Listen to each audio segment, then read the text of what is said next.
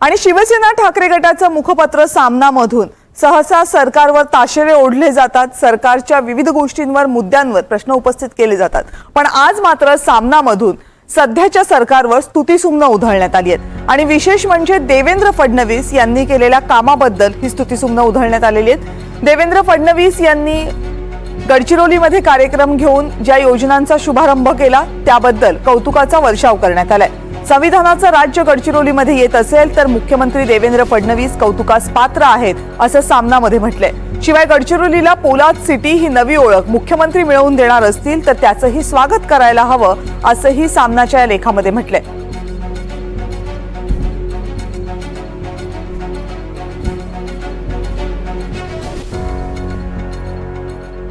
आणि सामनाच्या आजच्या लेखामध्ये नेमकं काय म्हटलंय?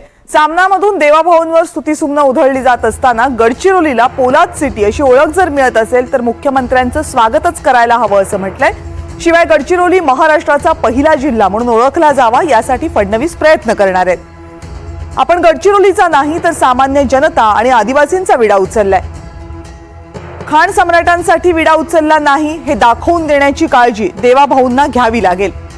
गडचिरोलीच्या परिवर्तनाचा त्यांचा वादा खरा होईल।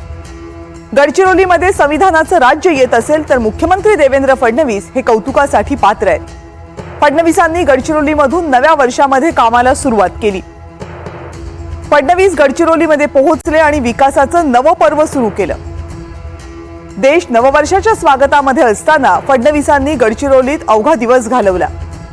मुख्यमंत्री फडणवीसांनी इच्छाशक्ती दाखवण्याचं ठरवलं ही आनंदाची गोष्ट आहे।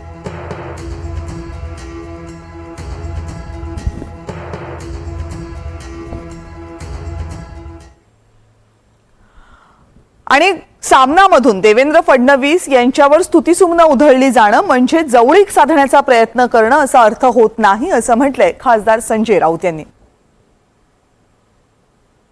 तर सर्व राजकीय वैर दूर ठेवून त्याचं कौतुक केलं पाहिजे।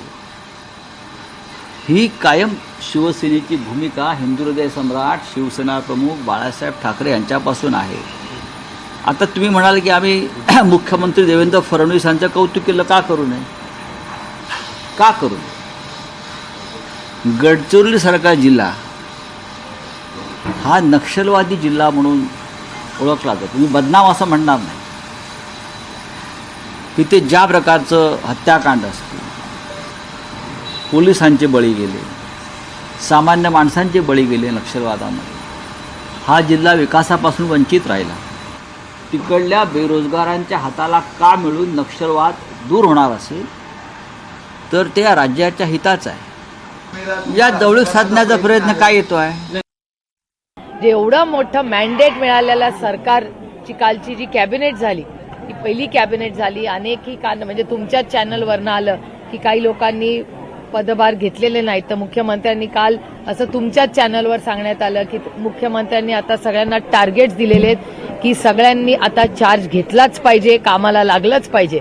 म्हणजे मला आश्चर्य वाटतंय की 1.5 महिना झाला हो, एवढं मोठं मॅन्डेट ह्या सरकारला मिळालेलं आहे, पण जी ऍक्शन मोड ही अपेक्षित होती महाराष्ट्राला, कारण का शेवटी महाराष्ट्राच्या मायबाप जनतेनेच एवढं भरभरून त्यांना मतदान केलेलं आहे। त्याला 5-6 आठवडे झाले, पण ज्या वेगाने म्हणजे मुख्यमंत्री एकटेच ऍक्शन मोडमध्ये दिसतात, माननीय मुख्यमंत्री सोडून बाकी कोणीच या राज्यात ऍक्शन मोडमध्ये मला दिसत नाही। माझी अपेक्षा आहे की 2025 मध्ये मुख्यमंत्री तर करतातच ऍक्टिव्हली काम, पण त्यांच्या टीमनीही करावं। त्या सगळ्यांनाच मतं दिली आहेत या राज्यात।